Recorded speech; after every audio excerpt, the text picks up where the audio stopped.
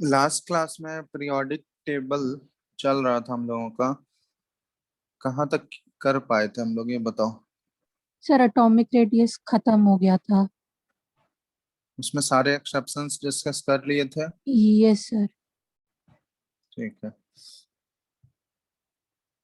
तुम लोग क्वेश्चंस बनाए हो कुछ, या कोशिश किए हो बनाने का, या एटलीस्ट कौन कौन एनसीईआरटी पढ़ा है ये बताओ। और उसमें आयनाइजेशन पढ़ी। क्या आयनाइजेशन, एनर्जी। तो वो तो अभी पढ़ाया नहीं है। तुम लोग का एटॉमिक रेडियस तक पढ़ के रखने बोले थे ना। तो उतना पढ़ चुके हो सब लोग एनसीईआरटी से, समझ आ गया एनसीईआरटी में जो जो लिखा हुआ था। चलो, तो एटॉमिक रेडियस तक या फिर उसके एक्सेप्शंस में अगर कोई डाउट है किसी को तो क्लियर कर लो, फिर आगे बढ़ते हैं। नेक्स्ट फिजिकल प्रॉपर्टी पे जाएंगे, आयनाइजेशन एनर्जी। नहीं है दिक्कत किसी को? Shall we move on? Sir चलो ठीक है। तो सेकंड प्रॉपर्टी पे हम लोग मूव करते हैं, वो है आयोनाइजेशन एनर्जी।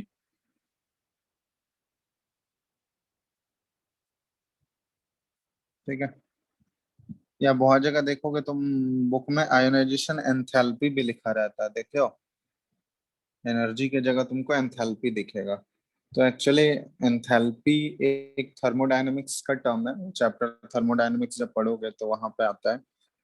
तो एंथैल्पी और एनर्जी में डिफरेंस ये है, एंथैल्पी हम लोग बोलते हैं चेंज इन एनर्जी को एंथैल्पी बोलते हैं। ठीक है, मतलब कितना एनर्जी चेंज होगा उस प्रोसेस में, मतलब फाइनली कितना हो गया एनर्जी और इनिशियली कितना था, उन दोनों का जो डिफरेंस निकालते हैं ना हम लोग, final minus initial, final energy minus initial energy. तो वो जो चेंज होता है ना एनर्जी का, उसको हम लोग एंथैल्पी बोलते हैं।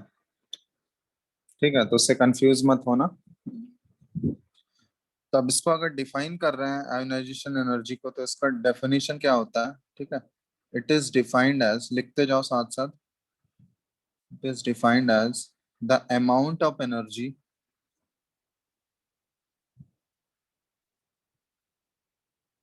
required to remove an electron from the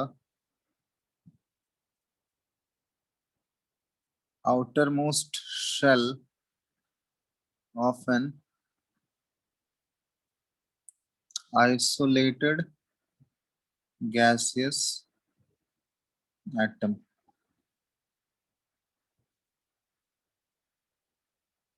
ठीक है, तो ये है आयोनाइजेशन एनर्जी। ठीक है, ये प्रॉपर डेफिनेशन है, दिख रहा है ना सबको? हेलो? Yes sir.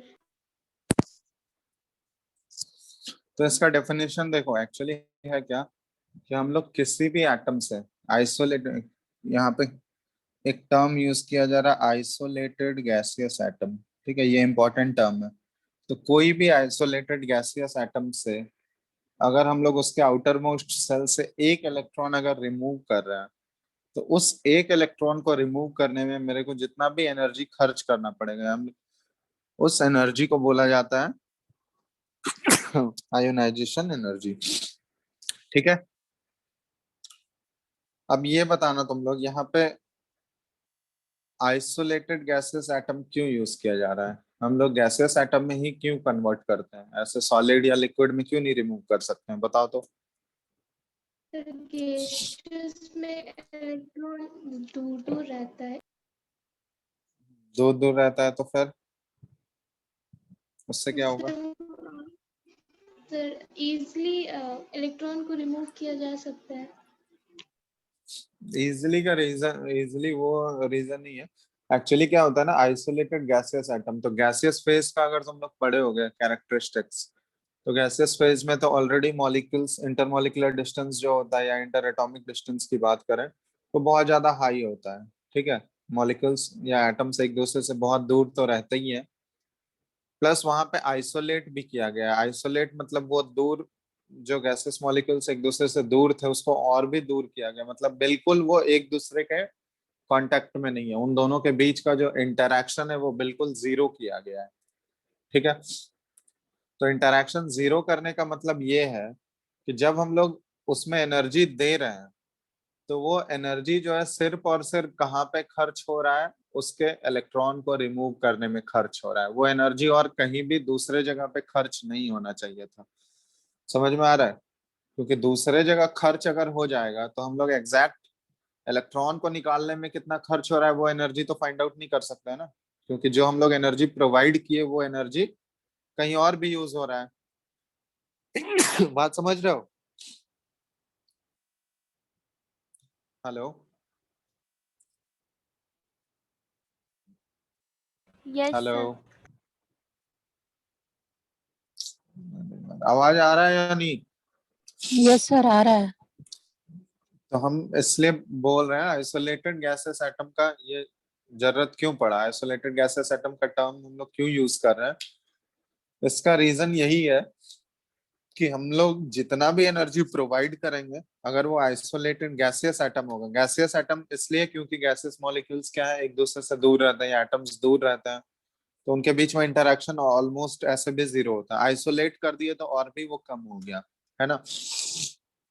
तो अब जितना भी एनर्जी दिया जाएगा उस एटम को, वो सारा एनर्जी जो है वो कहाँ पे खर्च होगा, उसके इलेक्ट्रॉन को रिमूव करने में खर्च होगा, वो और कहीं दूसरे जगह खर्च नहीं होगा।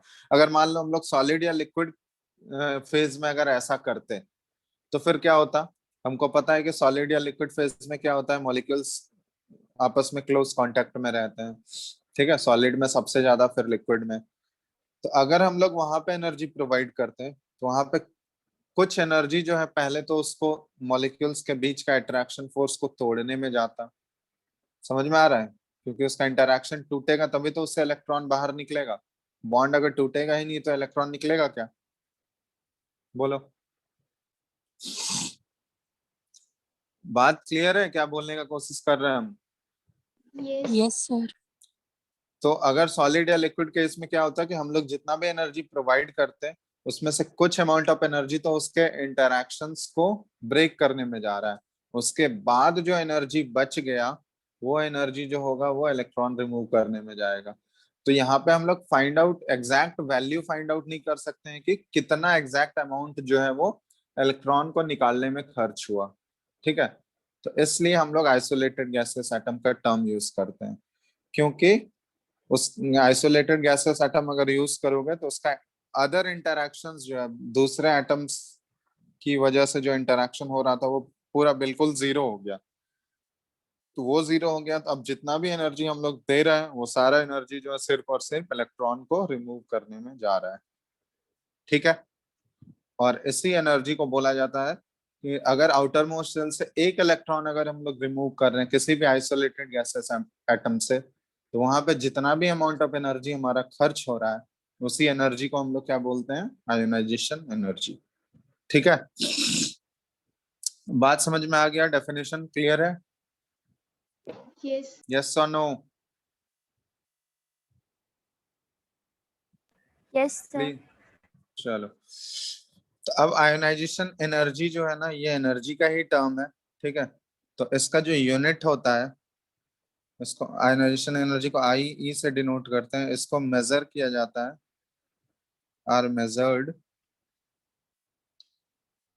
इन किलो जूल, क्योंकि ये एनर्जी बहुत ज्यादा हाई होता है। ठीक है, इसलिए हम लोग किलो जूल पर मोल में इसको डिफाइन करते हैं। एक मोल के लिए ये वैल्यू दिया रहेगा, कहीं भी तुमको दिया रहेगा तो किलो जूल पर मोल, या फिर देखोगे किलो कैलोरी पर मोल, ये सारे यूनिट है। या फिर देखोगे इलेक्ट्रॉन वोल्ट में भी दिया रहता है। ईवी भी एनर्जी का यूनिट है ना, इलेक्ट्रॉन वोल्ट, तुम लोग को बताए थे एटॉमिक स्ट्रक्चर में, याद है? Yes sir. तो आयोनाइजेशन एनर्जी एक एनर्जी का यूनिट है और एनर्जी हाई होता है।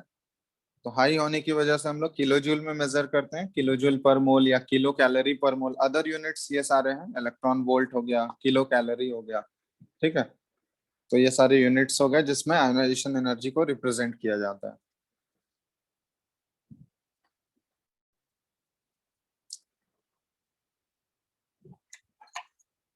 अब देखो,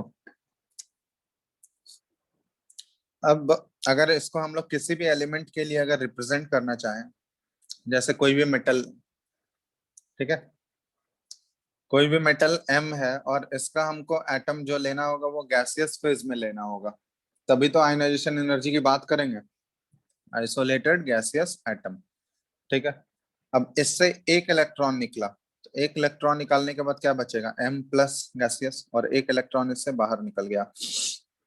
तो यहाँ पे जो एनर्जी खर्च हो रहा है ना, यहाँ पे जितना भी एनर्जी रिक्वायर्ड होगा, क्योंकि इलेक्ट्रॉन निकालने के लिए हमको एनर्जी खर्च करना पड़ेगा, तो यहाँ पे जो भी एनर्जी रिक्वायर्ड होगा उसको हम लोग पहला इलेक्ट्रॉन रिमूव कर रहे हैं ना, फर्स्ट इलेक्ट्रॉन रिमूव करने में जितना एनर्जी खर्च होगा इसको IE1 बोलते हैं, मतलब फर्स्ट आयोनाइजेशन एनर्जी।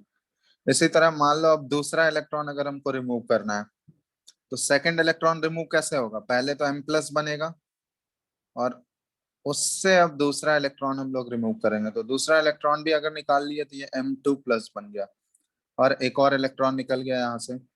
तो सेकंड, इसको हम लोग बोलते हैं second ionisation energy. Second electron remove करने के लिए जितना एनर्जी खर्च होगा that is known as IE2। IE2 का मतलब क्या हुआ, सेकंड आयोनाइजेशन एनर्जी।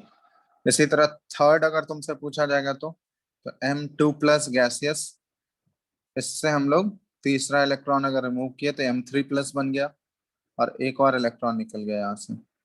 तो यहाँ पे जो एनर्जी खर्च हुआ इसको हम लोग IE3 बोलते हैं, मतलब ये थर्ड आयोनाइजेशन एनर्जी है। समझ रहे हो बात। तो यहाँ पे हम लोग लिख सकते हैं ये IE1, IE2, IE3 ये सब है क्या, क्या बोल सकते हैं इसको हम लोग, are the first, second and third ionisation energy, ठीक है।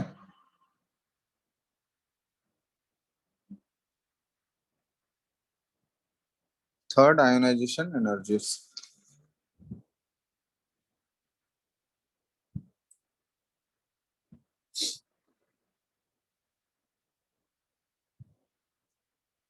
required to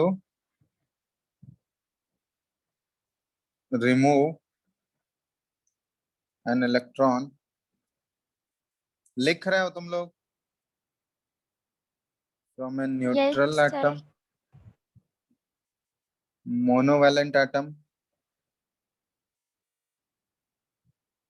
and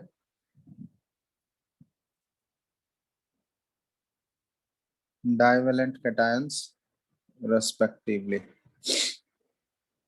ठीक है। तो ये हो गया, इसको हम लोग सक्सेसिव आयोनाइजेशन एनर्जी भी बोलते हैं। IE1, IE2, IE3 ये सारे सक्सेसिव आयोनाइजेशन एनर्जी भी यूज करते हैं हम लोग इसके लिए।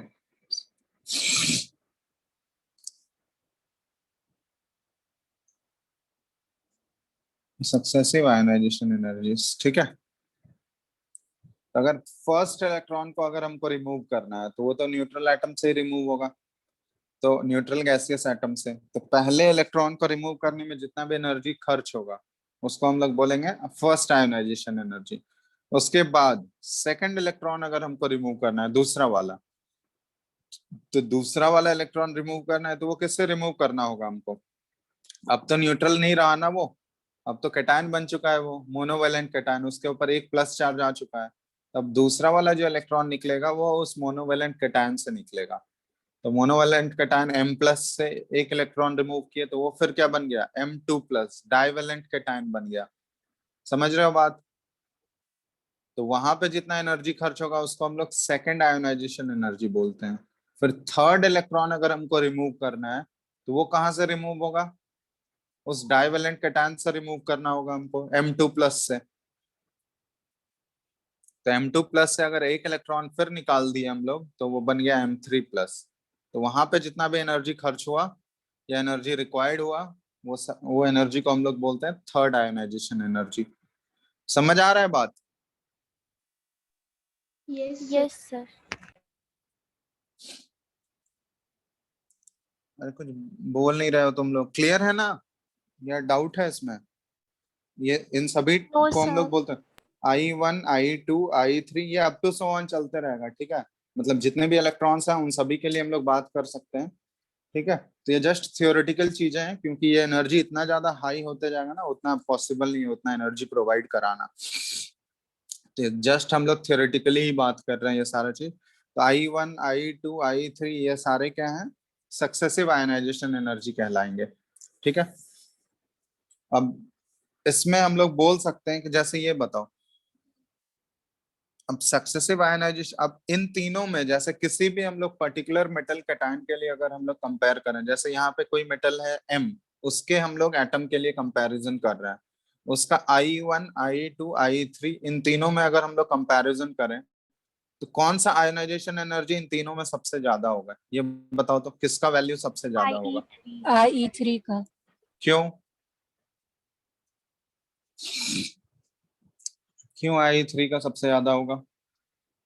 सर क्योंकि तब तक इलेक्ट्रॉन्स ऑलरेडी 2 बार रिमूव हो चुका है, तो फिर उसका न्यूक्लियर चार्ज शायद बढ़ जाएगा। सही है। क्योंकि जैसे ही मान लो एक न्यूट्रल एटम है, न्यूट्रल एटम से एक इलेक्ट्रॉन रिमूव किए तो वो बन गया केटायन। और केटायन में हम लोग देख चुके हैं कि जैसे ही वो केटायन बना तो केटायन का साइज क्या होता है, उसके पेरेंट एटम से छोटा होते जाता है, होता है ना? यस और नो? Yes, sir. तो जैसे एम एम जो है न्यूट्रल एटम था, उससे एक इलेक्ट्रॉन निकला तो एम प्लस बन गया वो, तो एम प्लस केटायन हो गया। तो एम प्लस और एम का साइज अगर हम लोग कंपेयर करें तो एम प्लस का साइज छोटा हो जाएगा, क्योंकि वहां पे इफेक्टिव न्यूक्लियर चार्ज जो होता है वो बढ़ जाता है। इलेक्ट्रॉन इलेक्ट्रॉन के ऊपर जो भी रिमेनिंग इलेक्ट्रॉन्स है उनके ऊपर जो न्यूक्लियस का इफेक्टिव न्यूक्लियर चार्ज है वो इंक्रीज हो जाएगा। उसके बाद मान लो एक और इलेक्ट्रॉन अगर हम लोग रिमूव कर दिए तो फर्दर और ज्यादा इफेक्टिव न्यूक्लियर चार्ज बढ़ गया। फिर एक और अगर हम लोग इलेक्ट्रॉन रिमूव कर दिए तो जैसे जैसे इलेक्ट्रॉन रिमूव करते जाओगे न्यूक्लियस का जो इफेक्टिव न्यूक्लियर चार्ज है उसके ऊपर इंक्रीज होते जाएगा, वो वैल्यू इंक्रीज होते जाएगा रिमेनिंग इलेक्ट्रॉन्स के ऊपर। तो अगर न्यूक्लियस का इफेक्टिव न्यूक्लियर चार्ज उसके ऊपर बढ़ते जा रहा है तो उस इलेक्ट्रॉन को रिमूव करने में हमको ज्यादा एनर्जी खर्च करना पड़ेगा या कम एनर्जी देना होगा? ज्यादा एनर्जी ये खर्च करना बताओ, ज्यादा पड़ेगा। एनर्जी देना होगा। और जितना ज्यादा एनर्जी रिक्वायर्ड होगा इलेक्ट्रॉन को निकालने में, आयनाइजेशन एनर्जी का वैल्यू क्या होगा, उतना ज्यादा इंक्रीज होगा, है ना? तो इसलिए हम लोग यहाँ पे लिख लेना कि फॉर ए पर्टिकुलर एटम, किसी भी पर्टिकुलर एटम के लिए अगर हम लोग बात करें तो I1 सबसे छोटा होगा, उसके बाद I2 इससे बड़ा, फिर I3 इससे बड़ा, ये अप टू चलते रहेगा IN तक, ठीक है। मतलब सक्सेसिव आयनाइजेशन एनर्जी का वैल्यू ये क्या होते जाएगा, इंक्रीज होते जाएगा। क्यों इंक्रीज होते जा रहा है? Because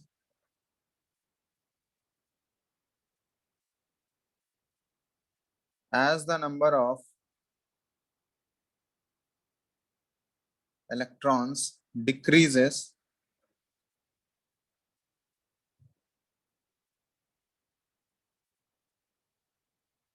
the force of attraction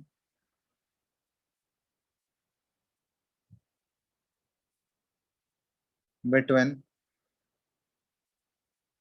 the nucleus and the remaining electrons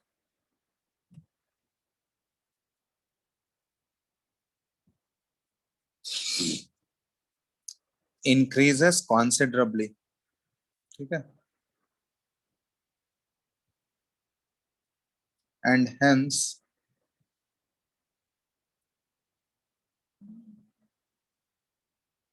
the subsequent, sorry,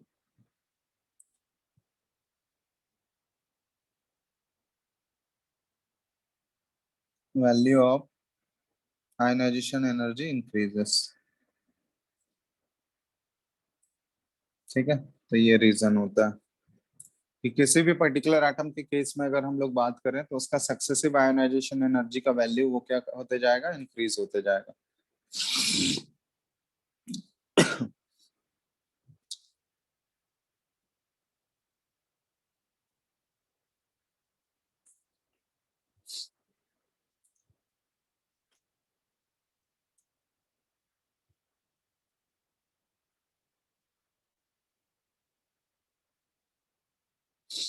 ठीक है, लिख लिए। Yes sir.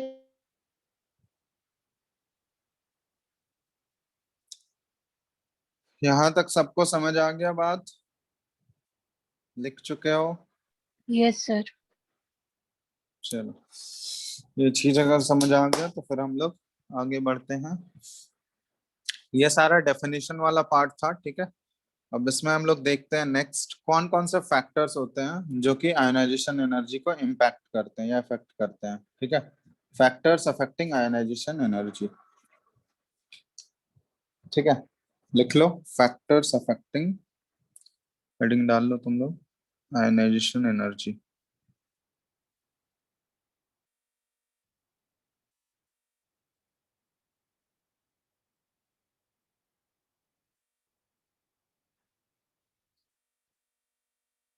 चलो, अब ये बताना इसमें सबसे पहला फैक्टर क्या होगा।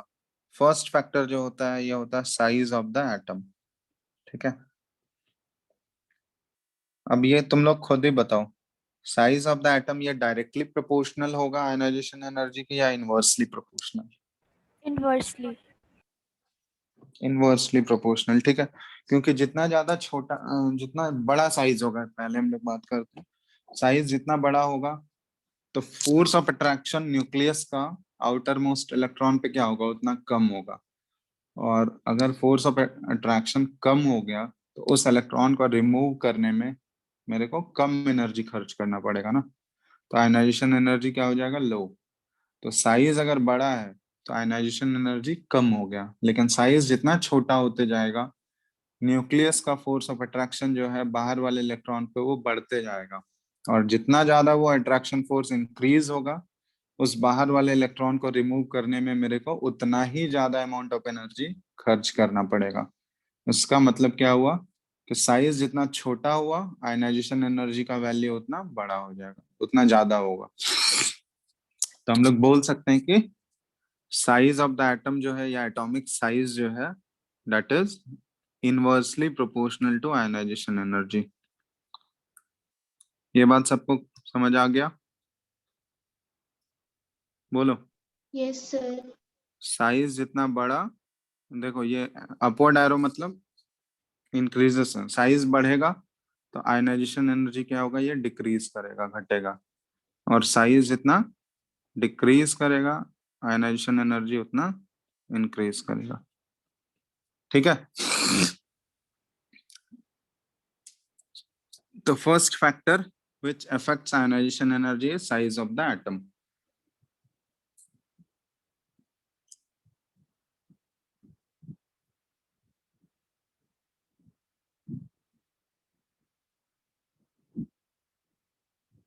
नेक्स्ट सेकंड फैक्टर होता है शील्डिंग और स्क्रीनिंग इफेक्ट।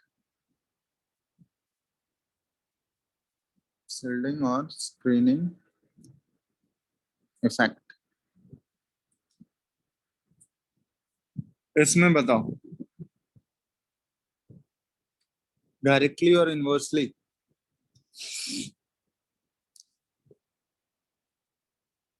हेलो,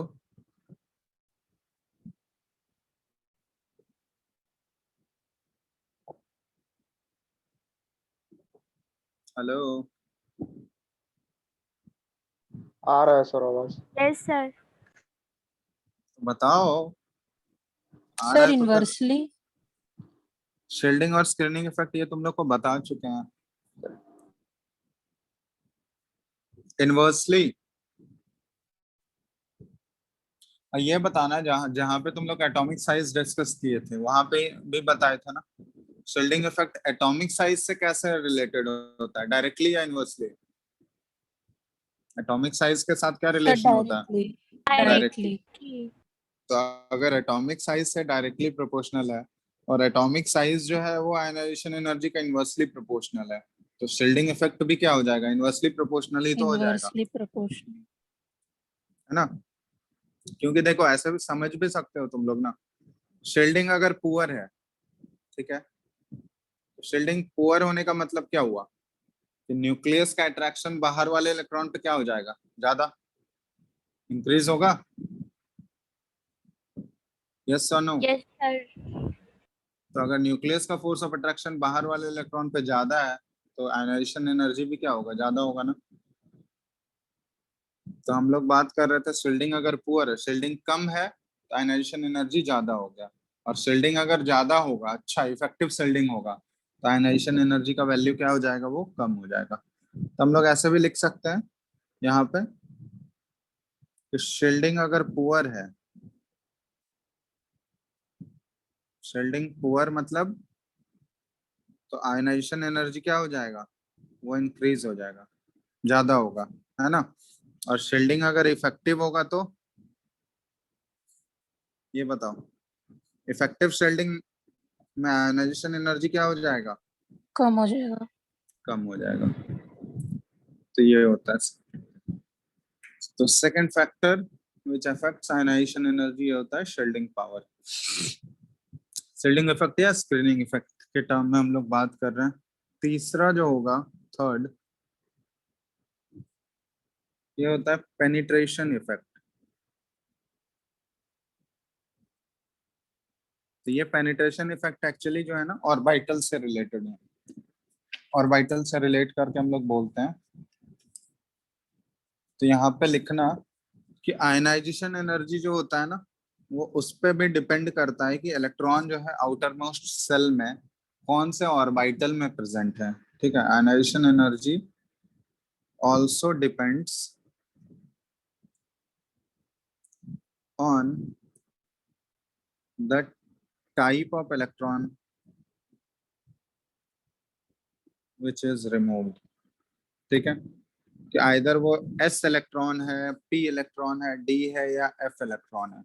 ठीक है, उस पर भी डिपेंड करता है, क्योंकि उन सभी इलेक्ट्रॉन या इलेक्ट्रॉन जो ऑर्बिटल्स में प्रेजेंट होते हैं उनका साइज क्या होता है, डिफरेंट होता है। और साइज डिफरेंट होने की वजह से उनका पोजीशन भी जो होता है न्यूक्लियस के रेस्पेक्ट में वो डिफरेंट होता है। जैसे एस ऑर्बिटल जो है या एस के इलेक्ट्रॉन्स जो हैं, एस ऑर्बिटल में जो भी इलेक्ट्रॉन्स प्रेजेंट होते हैं वो न्यूक्लियस के ज्यादा क्लोज होते हैं। उसके बाद पी आता है, उसके बाद डी आता है और सबसे ज्यादा एफ होता है। ठीक है, तो हम लोग यहाँ पे लिख सकते हैं कि पेनिट्रेशन इफेक्ट अगर ऑर्बिटल्स का हम लोग बात करें तो यहाँ पे लिख सकते हैं कि एन एस ऑर्बिटल जो होता है, S orbital penetrates closer to the nucleus. ठीक है, closer to the nucleus and is therefore more tightly held than a p orbital।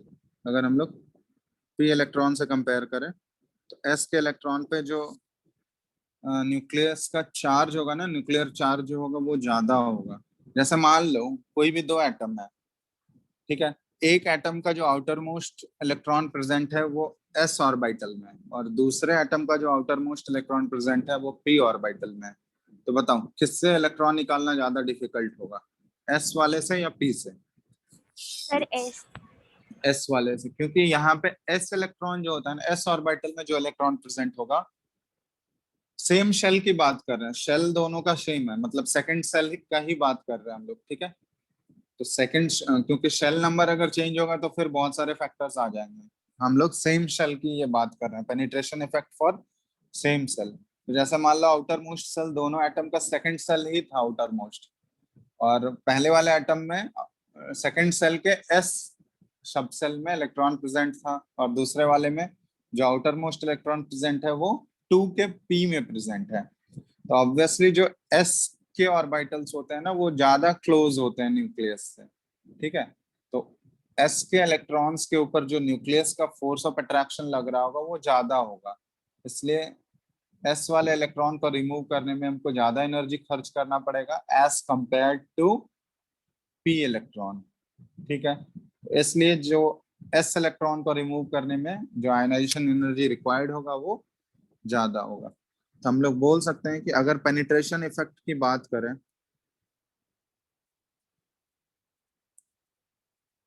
तो कौन सा ऑर्बिटल जो है वो ज्यादा पेनिट्रेटेड होता है न्यूक्लियस से, न्यूक्लियस के ज्यादा क्लोज कौन होगा, एस, फिर इसके बाद पी, इसके बाद डी और सबसे लिस्ट एफ।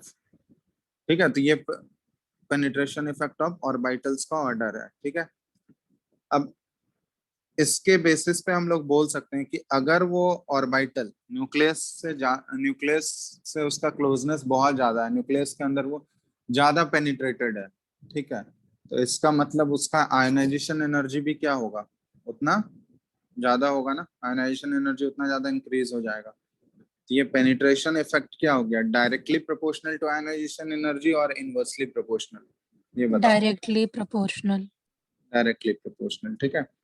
तो पेनिट्रेशन इफेक्ट हम लोग बोल सकते हैं कि it is directly proportional to ionisation energy. जितना ज्यादा वो न्यूक्लियस के अंदर पेनिट्रेटेड होगा ऑर्बिटल्स, मतलब न्यूक्लियस से जितना ज्यादा क्लोजनेस होगा उसका, उतना ज्यादा उसका आयनाइजेशन एनर्जी बढ़ेगा। तो थर्ड इफेक्ट जो होता है that is known as penetration effect, third factor which affects ionization energy। लिख लिए इसको। सर सर जैसे एस ऑर्बिटल बहुत ज्यादा क्लोज है न्यूक्लियस के, तो वो ज्यादा टाइटली हेल्ड करेगा, तो ऐसा क्यों हुआ? क्योंकि न्यूक्लियस ज्यादा फोर्स से उसको अपने तरफ रखेगा। ऑब्वियसली एस के अंदर इलेक्ट्रॉन का डेंसिटी क्या होता है, हाई होता है, सबसे ज्यादा इलेक्ट्रॉन डेंसिटी है ना, होता है या नहीं? Hello, yes sir.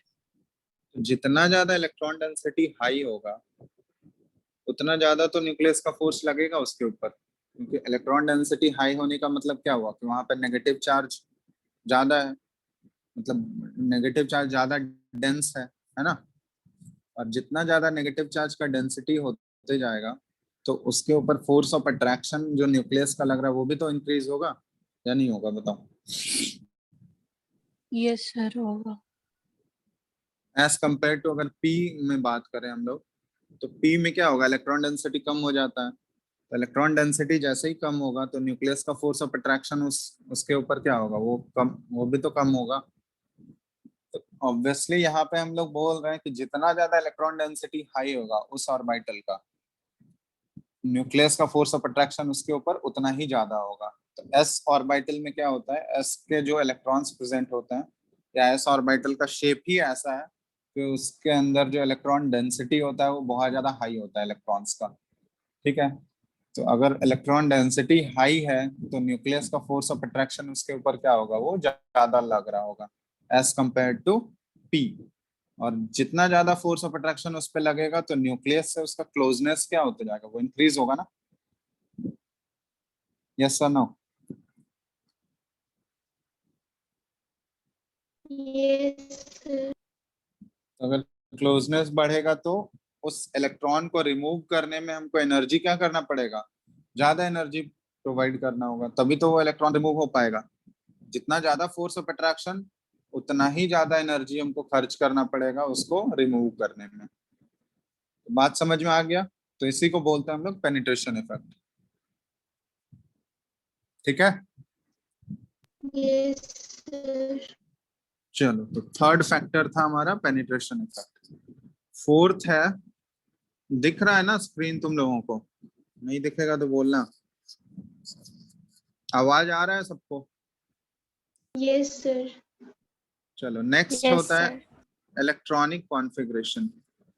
ये बहुत ही इंपॉर्टेंट फैक्टर है इलेक्ट्रॉनिक कॉन्फ़िगरेशन, क्योंकि आयनाइजेशन एनर्जी में जितने भी सारे एक्सेप्शंस तुमको मिलेंगे, ठीक है, जनरल ट्रेंड में जो भी एक्सेप्शंस मिलेगा वो एक्सेप्शंस मेनली जो होता है ना वो इलेक्ट्रॉनिक कॉन्फ़िगरेशन की वजह से ही होता है। और ये इलेक्ट्रॉनिक कॉन्फ़िगरेशन वाला पार्ट हम एक्सप्लेन भी कर चुके हैं तुम लोग को एटॉमिक स्ट्रक्चर में, जहाँ पे ये बताया गया था कि जनरली जो हाफ फिल्ड कॉन्फ़िगरेशन होते हैं and fully filled configuration, half filled and fully filled electronic configurations are more stable, ये बताया गया था, are yes sir more stable than the normal configuration या फिर than the other configurations। ठीक है, इसी की वजह से तो 2 एक्सेप्शन आया था ना कॉपर और क्रोमियम के कॉन्फ़िगरेशन में, इलेक्ट्रॉनिक कॉन्फ़िगरेशन लिखने में एक्सेप्शंस आ रहा था ना वहां पे। Yes sir. तो वो रीजन क्या होता है, यही रीजन होता है कि जनरली जो हाफ फिल्ड कॉन्फ़िगरेशंस होते हैं और फुल्ली फिल्ड कॉन्फ़िगरेशंस, इन दोनों का स्टेबिलिटी जो होता है ना वो अदर कॉन्फ़िगरेशंस के रेस्पेक्ट में ज्यादा होता है। तो अगर स्टेबिलिटी ज्यादा है तो कोई भी एटम जो है वो अपने स्टेबिलिटी को आसानी से लूज करेगा क्या? कोई भी एटम देखो स्टेबल से अनस्टेबल होना चाहेगा क्या? हमेशा कोई भी एटम क्या करना चाहता नो सर। है, वो स्टेबिलिटी गेन करना चाहता है। तो स्टेबिलिटी गेन करना चाहेगा तो अनस्टेबल से वो स्टेबल तो तुरंत हो जाएगा, लेकिन कोई एक ऐसा प्रोसेस अगर हो रहा है उसके साथ जो जो ऑलरेडी वो पहले से स्टेबल था और उसको वो अनस्टेबल बना रहा है, तो वो उसमें आसानी से नहीं जाना चाहेगा। तो स्टेबल से अगर हम लोग अनस्टेबल कॉन्फ़िगरेशन में उसको ले जा रहे हैं तो उसमें एनर्जी क्या करना पड़ेगा, हमको ज्यादा एनर्जी खर्च करना पड़ेगा, क्योंकि उस एटम का हम लोग स्टेबिलिटी को डिस्टर्ब कर रहे हैं, जिसमें एनर्जी क्या होगा, ज्यादा एनर्जी हमको प्रोवाइड करना होगा, तभी हम उसके स्टेबिलिटी को डिस्टर्ब कर पाएंगे। तो जैसे मान लो स्टेबल इलेक्ट्रॉनिक कॉन्फ़िगरेशन, वैसे एटम्स जिसके कॉन्फ़िगरेशन ऑलरेडी स्टेबल है, तो उसके स्टेबिलिटी को अगर हम लोग डिस्टर्ब कर रहे हैं, उससे अगर एक इलेक्ट्रॉन रिमूव कर रहे हैं या फिर उसमें एक इलेक्ट्रॉन ऐड कर रहे हैं, वो दोनों प्रोसेस जो होगा वो डिफिकल्ट हो जाएगा। जैसे मान लो नाइट्रोजन है, नाइट्रोजन का कॉन्फ़िगरेशन अगर लिखोगे तो ये क्या आएगा, 1s2 2s2 2p3, है ना? तो इसका जो आउटर मोस्ट है वो 2p है। तो 2p में अगर हम लोग देखें 2p का अरेंजमेंट इसका कैसा होगा, p में टोटल 3 ऑर्बिटल्स होते हैं, है ना? और p में 3 ऑर्बिटल्स हैं, इलेक्ट्रॉन्स कितने हैं यहाँ पे टोटल? 3 इलेक्ट्रॉन है। तो तो सर तीनों में एक एक जाएगा अकॉर्डिंग टू हुंड्स रूल। बोलो, ऐसे ही फिलिंग होगा? Yes sir. यस अब ये एक्चुअली क्या है, एक हाफ फिल्ड कॉन्फ़िगरेशन है या नहीं? और हाफ फिल्ड कॉन्फ़िगरेशन की वजह से ये क्या है, इसका स्टेबिलिटी जो होता है ये एक्स्ट्रा स्टेबल है, स्टेबल कॉन्फ़िगरेशन है। तो इस स्टेबल कॉन्फ़िगरेशन से अगर हम लोग एक इलेक्ट्रॉन रिमूव करना चाहेंगे तो ये आसानी से अपना स्टेबिलिटी लूज करेगा क्या? No sir. तो अगर इससे एक इलेक्ट्रॉन रिमूव करना है हमको तो ऑब्वियसली एनर्जी क्या करना पड़ेगा हमको, बहुत ज्यादा एनर्जी खर्च करना पड़ेगा। समझ रहे हो बात? Yes sir. तो इसलिए जो हाफ फिल्ड होंगे या फुल्ली फिल्ड कॉन्फ़िगरेशंस होंगे, फुल्ली फिल्ड जैसे मान लो एक और एग्जांपल दे रहे हैं, बेरिलियम। बेरिलियम का 4 होता है एटॉमिक नंबर, कॉन्फ़िगरेशन लिखोगे 1s2 2s2। तो यहाँ पे इसका आउटर मोस्ट सेल जो है ये 2 है, सेकंड और s है, तो s में 2 इलेक्ट्रॉन है, तो 1 और 2। यहाँ भी ये क्या है, फुल्ली फिल्ड कॉन्फ़िगरेशन है, कंप्लीटली फिल्ड, है ना? और कंप्लीटली फिल्ड कॉन्फ़िगरेशन को भी हम लोग क्या बोलते हैं, ये स्टेबल कॉन्फ़िगरेशन है। तो इन दोनों से इलेक्ट्रॉन रिमूव करना क्या हो जाएगा, ये दोनों कॉन्फ़िगरेशंस जो है आसानी से इलेक्ट्रॉन रिमूव नहीं होने देंगे। तो अगर इन कॉन्फ़िगरेशन से हमको इलेक्ट्रॉन रिमूव कराना है तो ऑब्वियसली एनर्जी हमको क्या करना पड़ेगा, एनर्जी ज्यादा या कम, क्या प्रोवाइड सर करना ज्यादा। प्रोवाइड करना पड़ेगा। ज्यादा। तो यहाँ पे हम लोग बोल सकते हैं कि ionisation energy is high for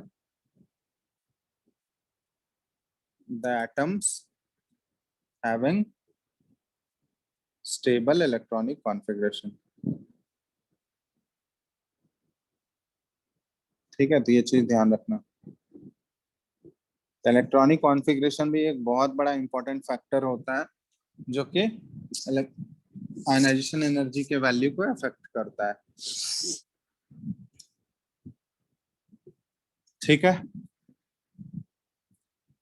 तो ये सारे फैक्टर्स थे जो कि आयनाइजेशन एनर्जी के वैल्यू को इफेक्ट करेगा। इसको फटाफट नोट कर लो, फिर उसके बाद हम लोग जनरल ट्रेंड और एक्सेप्शंस पे मूव करेंगे।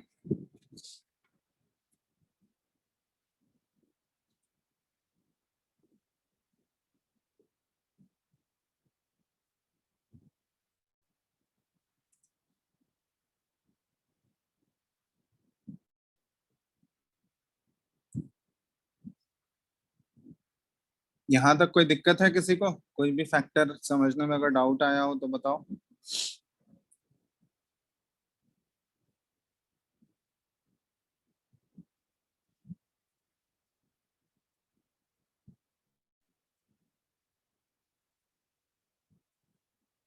स्क्रीन नहीं दिख रहा है?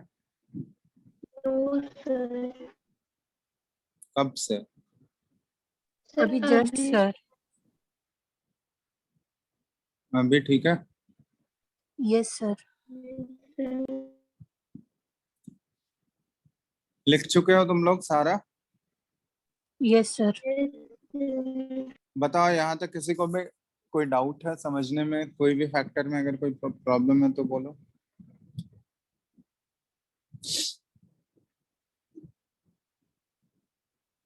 नहीं पूछना है किसी को ना? No sir. चलो ठीक है, हम लोग अब बढ़ते हैं इसका वेरिएशन। ठीक है, पीरियोडिक टेबल में आयनाइजेशन एनर्जी कैसे वेरिएशन होता है। ठीक है, लेफ्ट टू राइट जाने पे क्या होगा और टॉप टू बॉटम जाने पे क्या होगा। अभी जनरल ट्रेंड हम लोग देख रहे हैं। ठीक है, तो हेडिंग डाल लो variation of ionization energy, variation of ionization energy in periodic table.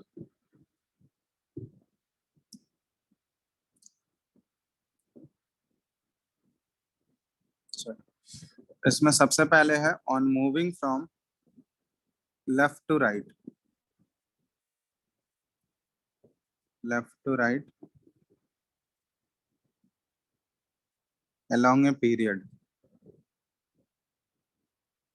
बताओ, on moving from left to right along a period ionization energy क्या होगा? सर Increase- इंक्रीज करेगा। इंक्रीज। सर इंक्रीज करेगा। Okay, ionization energy increases due to nuclear sir increase in effective nuclear charge. due to increase in effective nuclear charge या Z effective। ठीक है, ये अभी general trend हम लोग पढ़ रहे हैं, इसमें बहुत सारा एक्सेप्शंस आएगा। ठीक है, तो जहां जहां एक्सेप्शंस आएगा उसको हम लोग अलग से देखेंगे। ठीक है, तो लेफ्ट टू राइट अगर हम लोग किसी भी पीरियड में मूव करेंगे, ठीक है, लेफ्ट टू राइट ये ऐसे दिखा रहा है, तो इसमें आयनाइजेशन एनर्जी का वैल्यू आई जो होगा ये क्या करेगा, ये इंक्रीज करेगा। जनरल ट्रेंड है ये। ठीक है, चलो तो सेकंड अब हम लोग देख रहे हैं टॉप टू बॉटम जाने पे वेरिएशन क्या होगा ग्रुप में। On moving from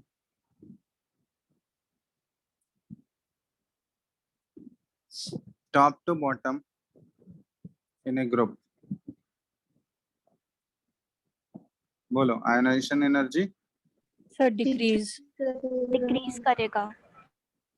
decreases due to increase in number of valence shells. increase in atomic size। ठीक है, क्योंकि टॉप टू बॉटम जाने पे एटॉमिक साइज बढ़ता है। ठीक है, एटॉमिक साइज अगर बढ़ेगा तो आयनाइजेशन एनर्जी क्या होगा, वो डिक्रीज करेगा। इनवर्सली प्रोपोर्शनल होता है ना एटॉमिक साइज के, तो एटॉमिक साइज अगर बढ़ रहा होगा तो आयनाइजेशन एनर्जी वो घटे। टॉप टू बॉटम अगर ग्रुप में हमको कंपेयर करना है, किसी भी ग्रुप में टॉप टू बॉटम अगर जाएंगे तो हम लोग आयनाइजेशन एनर्जी क्या होगा, ये डिक्रीजेस। ठीक है, तो ये जनरल ट्रेंड था हमारा।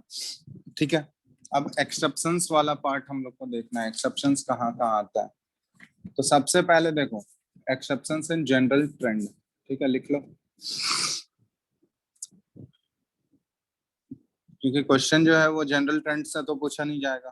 ठीक है, एक्सेप्शंस कहाँ कहाँ मिलेंगे हमको, exceptions in general trends of ionization energy. ठीक है, तो ये हम लोगों को देखना है। तो सबसे पहले हम लोग देख रहे हैं फर्स्ट एक्सेप्शन जो है,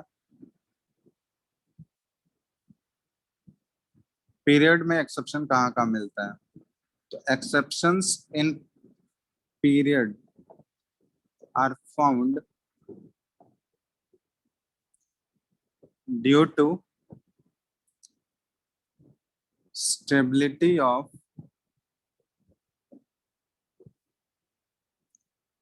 different types of electronic configuration।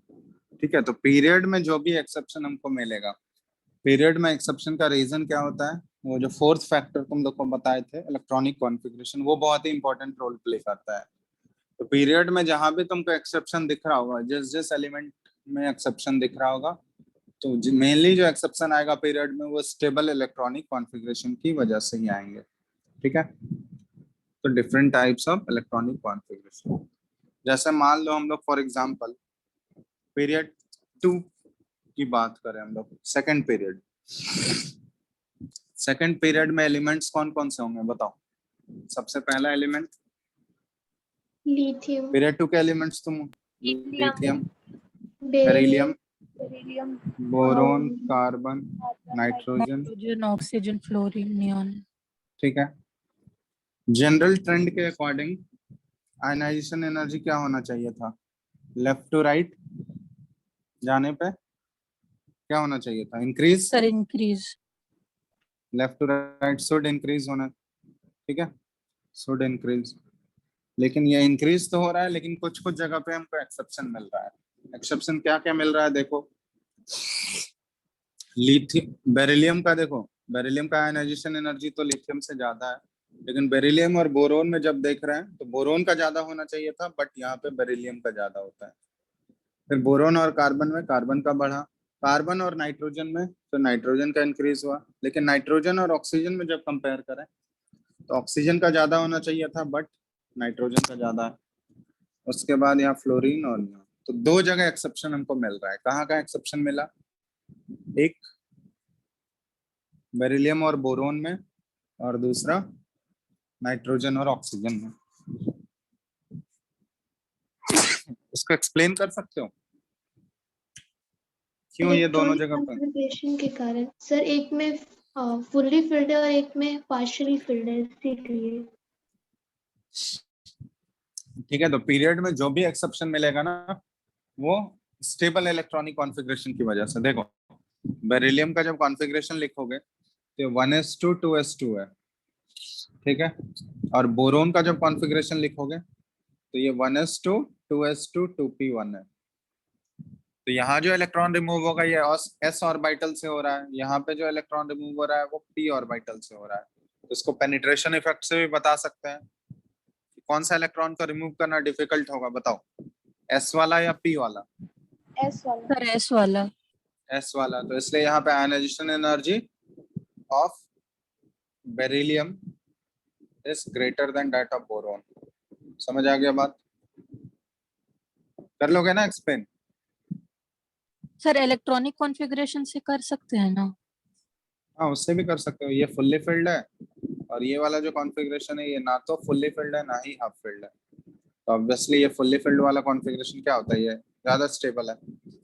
ठीक है, दोनों तरीके से कर सकते हो, कोई दिक्कत नहीं है। ठीक है, उसी तरह नाइट्रोजन और ऑक्सीजन में भी कंपेयर कर सकते हैं हम लोग। तो नाइट्रोजन का कॉन्फ़िगरेशन लिखोगे ये क्या आएगा, 1s2 2s2 2p3, और ऑक्सीजन का कॉन्फ़िगरेशन लिखोगे तो 1s2 2s2 2p4। 2p4। अब ये देखो 2p3 यहाँ पे ड्रॉ किए हैं तो सब में एक एक गया, 2p4 पहले सब में एक एक, उसके बाद एक का पेयरिंग। तो ये क्या है, कौन सा कॉन्फ़िगरेशन ज्यादा स्टेबल है बताओ। Sir nitrogen. तो नाइट्रोजन का कॉन्फ़िगरेशन जो है ये हाफ फिल्ड कॉन्फ़िगरेशन है और ये नॉर्मल कॉन्फ़िगरेशन है, ना तो हाफ फिल्ड है ना ही फुल्ली फिल्ड है। तो इन दोनों में स्टेबिलिटी किसका ज्यादा होगा, half filled sir half filled nitrogen का। का। तो हाफ फिल्ड ये मोर स्टेबल है, तो मोर स्टेबल कॉन्फ़िगरेशन है, तो मोर स्टेबल कॉन्फ़िगरेशन से इलेक्ट्रॉन को रिमूव करना क्या हो जाएगा, वो डिफिकल्ट। तो इलेक्ट्रॉन को रिमूव करना अगर डिफिकल्ट हो गया, इसका मतलब आयनाइजेशन एनर्जी क्या होगा, किसका ज्यादा होगा, नाइट्रोजन का। तो इसलिए वहां पे एक्सेप्शन आ रहा है कि ऑक्सीजन से नाइट्रोजन का आयनाइजेशन एनर्जी ये क्या है, हाई है ना। तो यहाँ पे स्टेबिलिटी का ऑर्डर लिख लेना, जो फुल्ली फिल्ड होता है ना ये सबसे ज्यादा होगा, स्टेबिलिटी का ऑर्डर लिख लो, फुल्ली फिल्ड ऑर्बिटल्स, इनका स्टेबिलिटी सबसे ज्यादा है। ठीक है, और उसके बाद हाफ फिल्ड,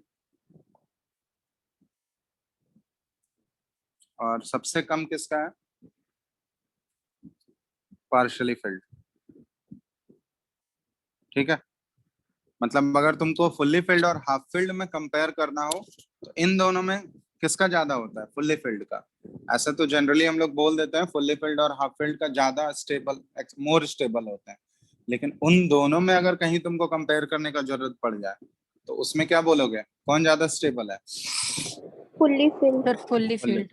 ठीक है, तो ये स्टेबिलिटी का ऑर्डर होता है। जैसे इसमें एक क्वेश्चन भी आता है, ये क्वेश्चन पूछा जाता है बार बार।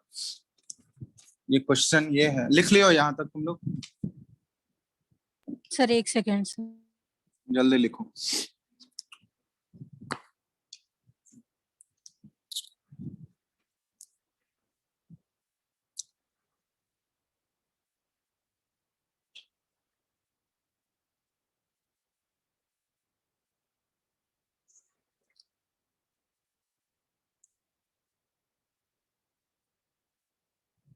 लिख लिए सर। सब लोग लिख लियो, यस और नो? यस। चलो, एक क्वेश्चन है, I1 first ionization energy of nitrogen is greater than I1 of oxygen, but I2 of nitrogen is less than I2 of oxygen. Explain. चलो बताओ, इसको एक्सप्लेन करना है अपने वर्ड्स में लिख के, ठीक है? जैसा तुम्हारे स्कूल एग्जाम में ये क्वेश्चन पूछा जाएगा, तो बताओ कैसे एक्सप्लेन करोगे?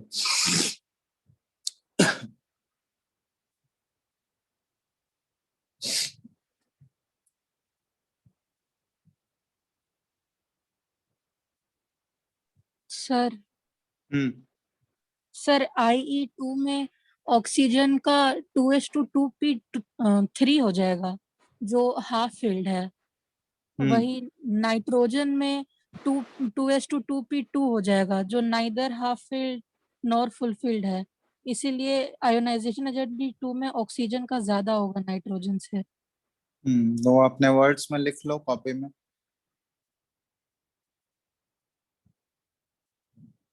लिख लोगे ना एक्सप्लेन करके? Yes sir. Yes sir. Simple सा चीज है ये, तो अभी ऑलरेडी हम डिस्कस किए ही, जब फर्स्ट आयनाइजेशन एनर्जी वाला तो कर ही लिए, क्योंकि नाइट्रोजन का जो है यहाँ पे 2p3 है फर्स्ट वाले में, और ऑक्सीजन का जो है 2p4 है। तो अभी जो ज्यादा स्टेबल है वो 2p3 वाला नाइट्रोजन का है, इसलिए इसका आयनाइजेशन एनर्जी, पहला आयनाइजेशन एनर्जी जो है वो ज्यादा होगा नाइट्रोजन का। लेकिन जब हम लोग सेकंड आयनाइजेशन एनर्जी की बात करेंगे, सेकंड मतलब जब एक इलेक्ट्रॉन रिमूव करने के बाद जब दूसरे इलेक्ट्रॉन रिमूव करने की बात हो रही है, समझ रहे हो? तो अगर नाइट्रोजन से एक इलेक्ट्रॉन रिमूव हो चुका है, तो एक इलेक्ट्रॉन रिमूव हो जाने के बाद ये क्या बचेगा? 2p2। ये बताओ, अगर एक इलेक्ट्रॉन नाइट्रोजन से रिमूव हो चुका है तो क्या बचेगा? 2p2। यस और no? Yes sir. Yes sir. और ऑक्सीजन से अगर एक इलेक्ट्रॉन रिमूव हो चुका है तो अब क्या बचेगा? 2p3। 2p3। अब देखो, अब जो सेकंड इलेक्ट्रॉन हम लोग रिमूव करने की बात कर रहे हैं, तो सेकंड इलेक्ट्रॉन नाइट्रोजन में जो रिमूव होगा वो 2p2 से होगा, और ऑक्सीजन का जो सेकंड इलेक्ट्रॉन रिमूव होगा वो 2p3 से होगा। अब इन दोनों में कौन ज्यादा मोर स्टेबल है? अब ऑक्सीजन वाला सर तो ऑक्सीजन। ऑक्सीजन वाला अब क्या हो गया, जब दूसरे इलेक्ट्रॉन रिमूव करने की बात आ रही है तो फिर ऑक्सीजन का कॉन्फ़िगरेशन ये क्या हो गया? ज्यादा स्टेबल हो गया। अब जब हम लोग सेकंड आयोनाइजेशन एनर्जी की बात करेंगे तो सेकंड आयोनाइजेशन एनर्जी किसका हाई हो जाएगा? ऑक्सीजन का हाई हो जाएगा। समझ आ गया बात? और नाइट्रोजन का लो हो जाएगा। ठीक है, कर लोगे ना एक्सप्लेन? सिंपल सा चीज है। Yes sir. चलो, एक और क्वेश्चन दे रहा हूं।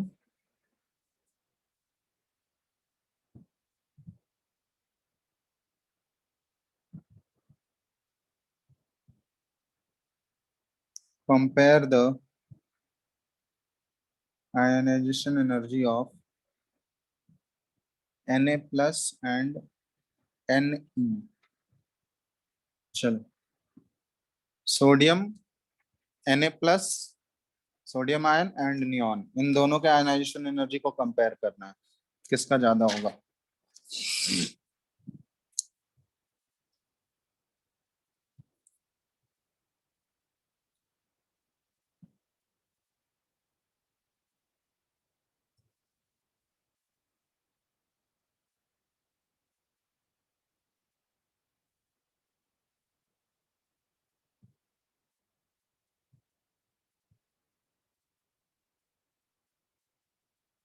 सर नियॉन का ज्यादा होगा। नियॉन का ज्यादा होगा, क्यों, रीजन। सर Na+ में तो बचेगा ही नहीं, 3s1 है तो एक में तो s में एक भी इलेक्ट्रॉन नहीं बचेगा। वही नियॉन में 2s2 2p6 है ही, तो ये तो फुल्ली फील्ड है, तो स्टेबल होना चाहिए। क्या नहीं बचेगा Na सर प्लस में। दोनों का इलेक्ट्रॉनिक कॉन्फ़िगरेशन तो सेम ही आ रहा है, हाँ तो फिर, तो वहां तो दोनों इलेक्ट्रॉनिक, का इक्वल होना चाहिए ना। क्यों सिर्फ इलेक्ट्रॉनिक कॉन्फ़िगरेशन ही एक फैक्टर है क्या आयनाइजेशन एनर्जी को डिसाइड करने का। पर चार सर चार आप फैक्टर। बोले कि वो सबसे इम्पोर्टेंट है। अरे सबसे इम्पोर्टेंट है, हम क्या बोले, कि जहाँ एक्सेप्शंस का जरूरत पड़ेगा तो वहां पे उसको यूज करेंगे हम लोग। जैसे पीरियड में जहां भी एक्सेप्शंस आ रहे होंगे वो इलेक्ट्रॉनिक कॉन्फ़िगरेशन की बेसिस पे ही आएंगे। ऐसा थोड़ी है कि अदर फैक्टर्स काम के नहीं है, अदर फैक्टर्स भी तो आएंगे ही ना यूज में कहीं भी ना कहीं। Na प्लस का ज्यादा है आयनाइजेशन एनर्जी, तो यहाँ शील्डिंग पे न्यूक्लियर हाँ, चार्ज के क्या।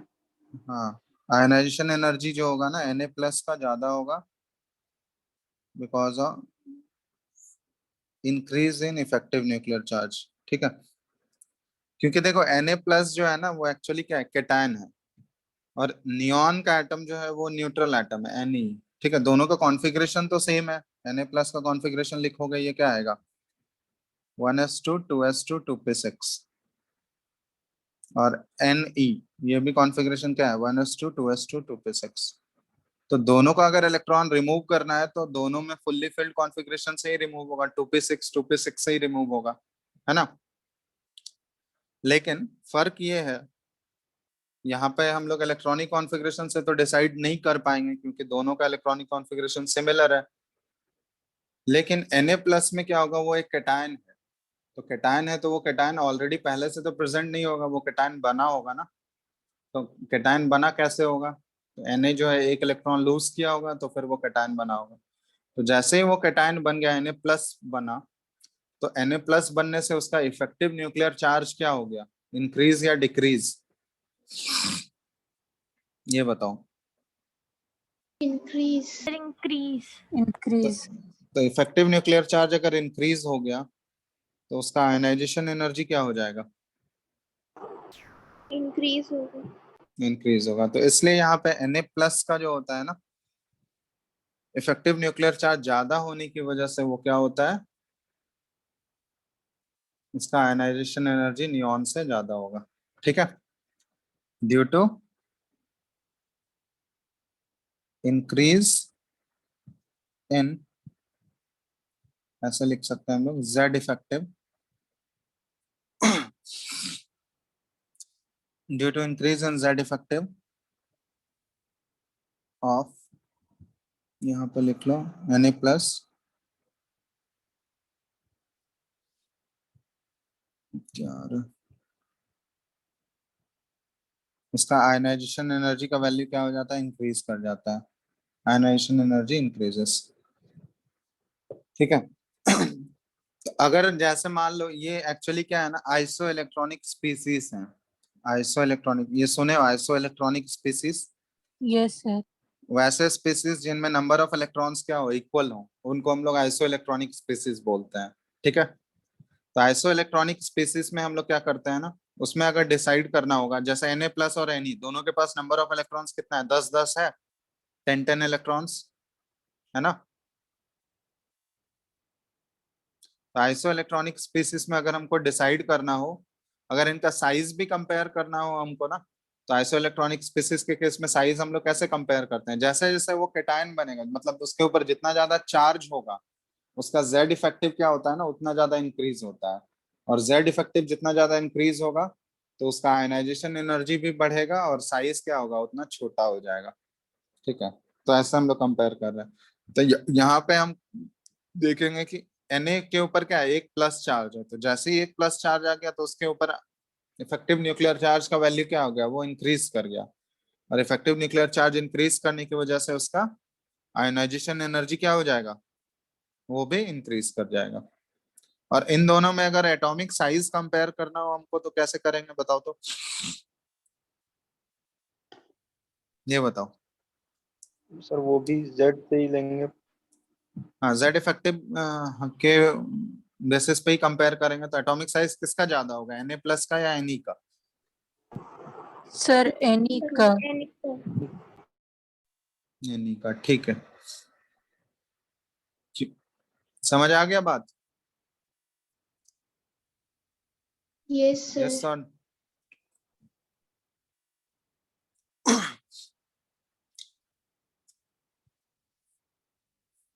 चलो एक क्वेश्चन और दे रहे हैं हम। क्वेश्चन है, ये लिख लियो इसको तुम लोग। Yes yes sir. चलो एक लास्ट क्वेश्चन है इसका, फॉर एन एलिमेंट एक्स।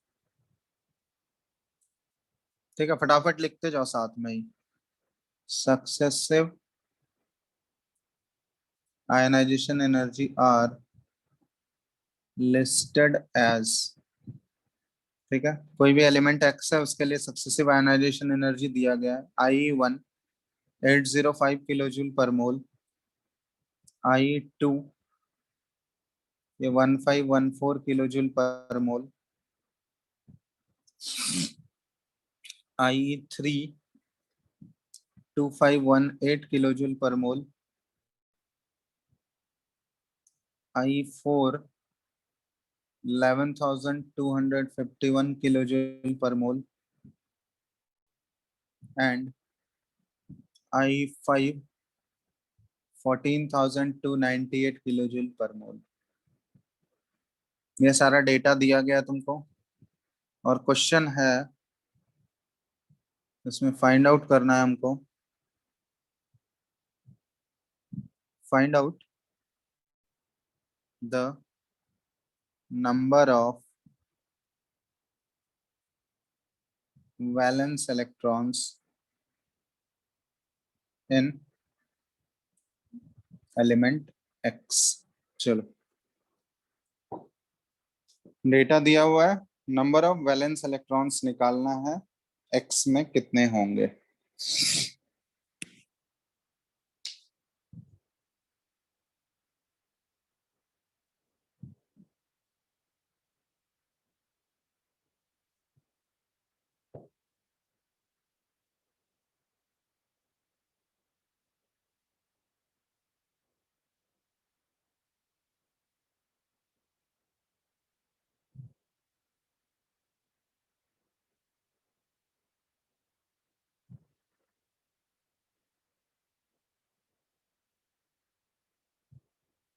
हो गया क्या?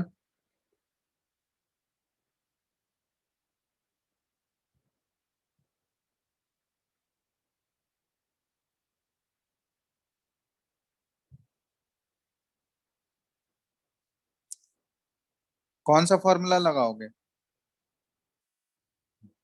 हेलो हेलो, आवाज आ रहा है? Yes sir. कौन सा फॉर्मूला यूज करेंगे?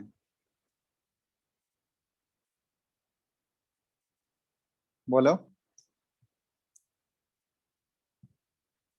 कोई फॉर्मूला है क्या इसके लिए? Hello, yes sir. कौन सा फॉर्मूला यूज करके कैलकुलेट करेंगे हम लोग?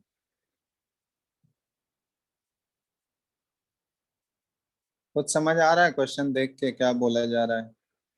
क्या दिया कुछ और है, कुछ और ही पूछ लिया। ऐसा लग रहा है क्या? सर जिसमें चेंज इन एनर्जी सबसे ज्यादा होगा उतना ज्यादा वैलेंस इलेक्ट्रॉन होगा। अब ये तो तुमको डिसाइड करना है ना। कोई फॉर्मूला ऐसा बताएं हैं क्या, मतलब आयनाइजेशन एनर्जी से कैसे निकालेंगे वैलेंस इलेक्ट्रॉन? कोई फॉर्मूला लगेगा इसमें? कुछ होता भी है फॉर्मूला इस टाइप का, बताओ। पता नहीं सर। सर मेरे ध्यान में तो नहीं। सर शायद आप नहीं बताएं इस तरह का कुछ अभी तक। बता चुके हैं हम, तुम लोग ध्यान से पढ़ते नहीं हो।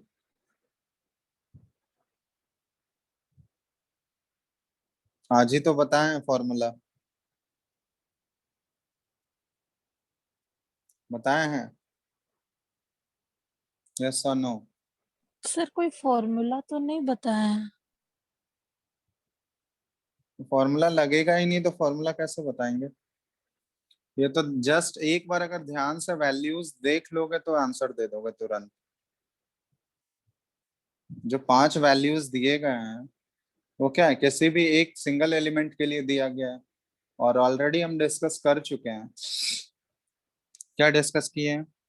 कि सक्सेसिव आयनाइजेशन एनर्जी जो होगा वो इंक्रीज करते जाता है, करता है, यस और no? Yes sir. Yes sir. Sir तो इंक्रीज तो कर रहा है, लेकिन उस वैल्यूज को, जो वैल्यूज दिए गए हैं सारे 1 से 5 तक, उनको एक बार अच्छे से ध्यान से ऑब्जर्व कर लो, अपने आप तुम लोग को आंसर मिल जाएगा। अभी भी नहीं मिला ना? Sir 3 valence electron. 3 valence electron. क्योंकि एक्चुअली देखो, जैसे इंक्रीज यहाँ पे देखोगे ना वैल्यूज, यहाँ पे एक्चुअली कोई फॉर्मूला का जरूरत नहीं है, फॉर्मूला, क्योंकि ये फॉर्मूला थोड़ी ना है इसका कुछ। ये सिर्फ वैल्यूज सिर्फ इसलिए दिया गया ताकि तुम ऑब्जर्व करके बता सको। I1 से I2 जा रहा है, ये तो हमको पता है कि जैसे जैसे सक्सेसिवली हम लोग आगे बढ़ेंगे आयोनाइजेशन एनर्जी बढ़ेगा। यहाँ पे ये देख रहे हो इंक्रीज हो रहा है। फिर हम लोग I2 से I3 गए, यहाँ भी इंक्रीज हो रहा है। यहाँ फर्स्ट वाले में ऑलमोस्ट है 700 के अराउंड इंक्रीज है, तो सेकंड वाले में ऑलमोस्ट 900 कुछ होगा, मतलब ऑलमोस्ट 1000 एज्यूम कर लो, उसके अराउंड इंक्रीज है। लेकिन I3 से जब I4 जा रहे हैं तो इंक्रीज देख रहे हो, ऑलमोस्ट अराउंड 8000 कुछ का इंक्रीज है ना? ये नॉर्मल इंक्रीज है क्या? नॉर्मली वो जो इंक्रीज हो रहा था, पहले वाले में इंक्रीज था हमारा 700 के राउंड, दूसरे वाले में इंक्रीज हुआ अराउंड 1000 के राउंड। लेकिन थर्ड से जब हम लोग 4 जा रहे हैं तो वो इंक्रीज क्या हो रहा है, देख रहे हो कितने टाइम्स का इंक्रीज है? ऑलमोस्ट 9000 के बराबर का इंक्रीज है वो। तो वो नॉर्मल इंक्रीज है या नहीं? No sir. No sir. वही वही चीज, लेकिन जब हम लोग 4 से 5 देख रहे हैं तो 4 से 5 में भी ऑलमोस्ट कितने का इंक्रीज है वो? 3000 के आसपास का इंक्रीज 3000। है। तो ये तो ऊपर से नीचे जैसे जा रहे हैं, ये तो नॉर्मली नॉर्मल जैसे इंक्रीज होता है वैसे इंक्रीज है। लेकिन 3 से 4 जाने में ये क्या हो रहा है, एक्सेप्शनली इंक्रीज हो रहा है, मतलब बहुत ही ज्यादा इंक्रीज हो जा रहा है। जब हम लोग थर्ड इलेक्ट्रॉन से जब फोर्थ इलेक्ट्रॉन निकालने की बात कर रहे हैं तो वहां पे आयनाइजेशन एनर्जी का वैल्यू बहुत ही ज्यादा इंक्रीज हो जा रहा है। इसका मतलब क्या हुआ? सर सबशेल चेंज हो जा रहा है। एक्चुअली शेल ही चेंज हो जा रहा है ना, सब शेल चेंज नहीं हो रहा है, शेल चेंज हो जा रहा है। जैसे I1 is less than I2 is less than I3, लेकिन I3 और I4 जो है ये बहुत ही ज्यादा, I4 का वैल्यू जो I3 से बहुत ही ज्यादा इंक्रीज हो जा रहा है, और I5 फिर नॉर्मली इंक्रीज हो रहा है। तो इसका मतलब हम लोग बोल सकते हैं, इट मीन्स दैट ये जो एक्सेप्शनल इंक्रीज हो रहा है यहाँ पे, इसका क्या मतलब हुआ कि the element X has attained a highly stable configuration, समझ रहे हो बात? आफ्टर द रिमूवल ऑफ कितने इलेक्ट्रॉन्स, बोलो? सर 3। तो after the removal of 3 electrons, तो 3 इलेक्ट्रॉन रिमूव करने के बाद उसका कॉन्फ़िगरेशन जो है ना, बहुत ही ज्यादा हाईली स्टेबल हो जा रहा है, तभी तो वो एक्सेप्शनल इंक्रीज शो कर रहा है आयनाइजेशन एनर्जी में।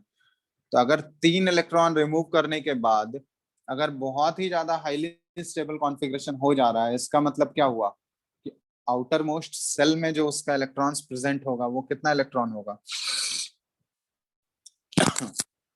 Number of electrons in valence shell कितने होंगे? 3. 3। टी। तो हम लोग बोल सकते हैं hence the number of valence electrons in element X equal to 3। ठीक है, 3 इलेक्ट्रॉन रिमूव करने के बाद वो generally noble gas configuration achieve कर लिया होगा। ठीक है, नोबल गैस कॉन्फ़िगरेशन अचीव कर लिया होगा। तो नोबल गैस का जैसे ही मान लो आउटर मोस्ट शेल में 3 इलेक्ट्रॉन है, तो 3 इलेक्ट्रॉन अगर हट जाएगा तो उसके पहले जो शेल होगा वो तो पूरा फुल्ली फिल्ड होगा ना, तभी तो वो बाहर वाले में गया होगा। समझ रहे हो बात? जैसे एल्यूमिनियम Yes, का sir. कॉन्फ़िगरेशन हम लोग देखते हैं, एल्यूमिनियम में क्या है 283 होता है, इलेक्ट्रॉनिक कॉन्फ़िगरेशन लिखोगे 2,8,3। यस तो आउटर मोस्ट शेल में उसका 3 इलेक्ट्रॉन्स है, तो तीनों इलेक्ट्रॉन अगर रिमूव हो गया तो उसके बाद क्या बचेगा? उसके बाद जो कॉन्फ़िगरेशन आएगा वो क्या आएगा? 2,8। तो जो सेकंड वाला सेल होगा उसमें कंप्लीटली फिल्ड है या नहीं? 8 इलेक्ट्रॉन्स पूरा पूरा भरा हुआ है, तो वो एक नोबल गैस का कॉन्फ़िगरेशन बना या नहीं? ये Yes, बताओ। sir. यस सर और नोबल गैस का कॉन्फ़िगरेशन जैसे ही बना तो नोबल गैस का कॉन्फ़िगरेशन क्या होता है? हाईली स्टेबल होता है। Yes, sir. तो अब वो जो चौथा इलेक्ट्रॉन अगर हम लोग रिमूव कर रहे हैं तो फोर्थ इलेक्ट्रॉन को रिमूव करने में क्या होगा? एक्सेप्शनली बहुत ज्यादा हाई एनर्जी लगेगा या नहीं? ये बताओ। तो एक्सेप्शनली हाई लगने का मतलब क्या हुआ कि जब तक शेल अगर चेंज नहीं हो रहा है तब तक एक्सेप्शनली हाई तो नहीं होगा। तो मतलब इसका मतलब क्या हुआ कि 3 इलेक्ट्रॉन रिमूव करने के बाद एक शेल ही चेंज हो जा रहा होगा। ठीक है, तभी तो एक्सेप्शनली हाई इंक्रीज हो गया आयनाइजेशन एनर्जी। समझ आया या नहीं? Yes, sir. Yes, sir. तो नंबर ऑफ वैलेंस इलेक्ट्रॉन्स कितने हो जाएंगे इसमें? कितने हो गए? 3. 3। तो आंसर हो गया इसका 3। समझ आ गया बात? Yes, Yes, sir. sir. तो इस टाइप के क्वेश्चंस भी पूछे जाते हैं जेई में। ठीक है, जहाँ पे तुमको ऐसे दे दिया जाएगा वैल्यूज सारे, तुमको वैल्यूज को ऑब्जर्व करके तुमको बताना है। ठीक है, तो ये सारे क्वेश्चंस पे प्रैक्टिस कर लें। इसमें कोई फॉर्मूला और ये मत ढूंढने लगना कि कोई फॉर्मूला यूज है। ठीक है, इसमें बस तुम्हारा विजुअलाइजेशन पावर है, कैसे डेटा ऑब्जर्व करके तुम बता सकते हो। समझ आ गया? इस टाइप के क्वेश्चन सब कर लोगे? Yes. चलो चलो, तो फिर आज इतना ही रखते हैं, फिर आगे आयनाइजेशन एनर्जी का नेक्स्ट क्लास में और थोड़ा बहुत इसका बचा हुआ है वो पार्ट हम लोग कंप्लीट करेंगे। उसके बाद नेक्स्ट हम लोग मूव करेंगे इलेक्ट्रॉन एफिनिटी पे। तीसरा वाला जो पढ़ना है हमको वो इलेक्ट्रॉन एफिनिटी। ठीक है, Yes, sir. कोई डाउट है किसी को तो पूछ सकते हो अभी जल्दी से, जितना चीज बताएं। अगर किसी को भी डाउट है आराम से पूछो जल्दी।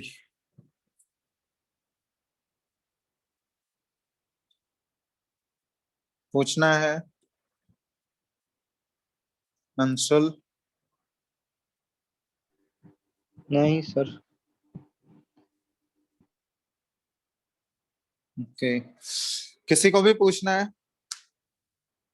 यस और नो? जल्दी बोलो। No, sir. नहीं है ना डाउट? No, sir. चलो, तो तुम लोग क्वेश्चंस क्यों नहीं बना रहे हो? जब तुम लोग को बोले हैं क्वेश्चंस अटेम्प्ट करो, अब क्यों नहीं बना रहे हो? टाइम नहीं मिल रहा है? ये बताओ। बुकलेट से क्वेश्चंस बनाने बोले हैं ना तुम लोगों को, Yes, sir. तो क्यों नहीं बना पा रहे हो तुम लोग?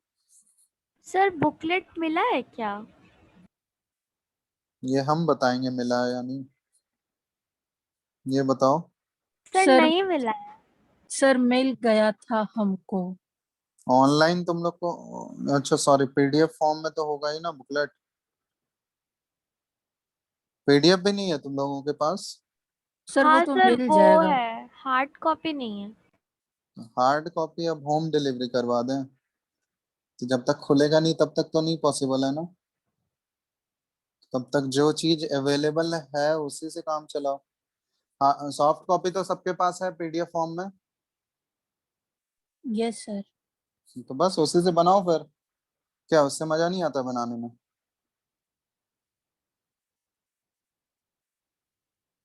हाँ सर। नहीं दिखता है सॉफ्ट कॉपी में क्या? विजिबल होता है या नहीं? नहीं सर, विजिबल रहता है। तो फिर करो, फिलहाल उसी से बनाओ, फिर जब खुलेगा तभी तो हार्ड कॉपी मिल पाएगा। अभी तो लॉकडाउन और इंक्रीज हो गया शायद। एक वीक क्या, और भी बढ़ेगा ही, ये तो 1 महीने बढ़ेगा अभी।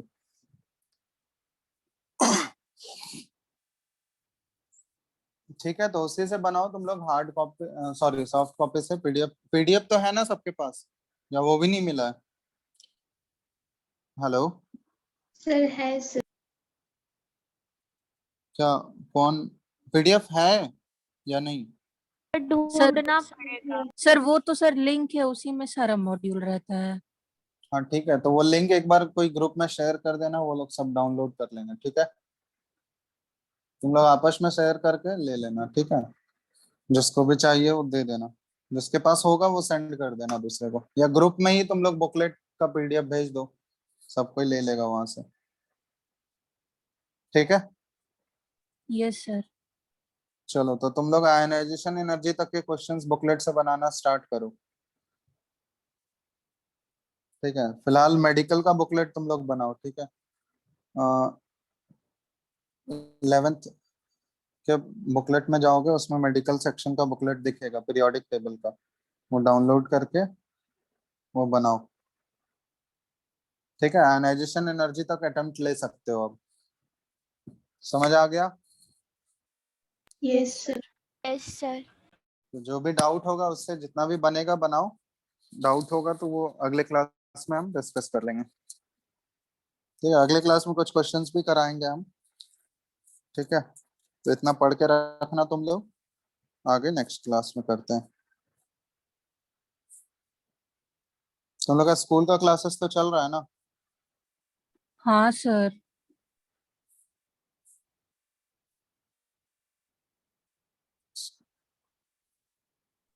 तो स्कूल के टीचर लोग स्कूल जाके लेते हैं या घर से ही लेते हैं? सर घर से। सर घर से लेते हैं। सर स्कूल में स्कूल, कोविड निकल गया, एक कोविड तो केमिस्ट्री हर टीचर को। कोविड तो हर घर में ही है अभी, वो तो। सर हमारे इंग्लिश के टीचर का डेथ हो गया कोरोना की वजह से। कौन से स्कूल में? सर चिन्मय विद्यालय बोकारो। अच्छा,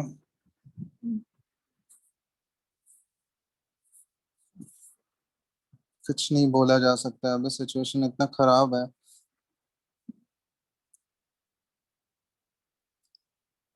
तुम लोग सेफ हो या नहीं? तुम लोग घर से निकलते हो? No sir. कौन सर बोल रहा है मेरी यस से? पड़ोसी को है सर कोरोना, और उनका हम लोग के घर में आना जाना होते रहता था।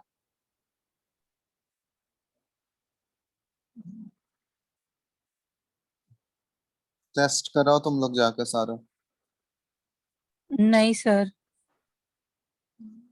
अभी तो हॉस्पिटल जाना भी सेफ नहीं है जितन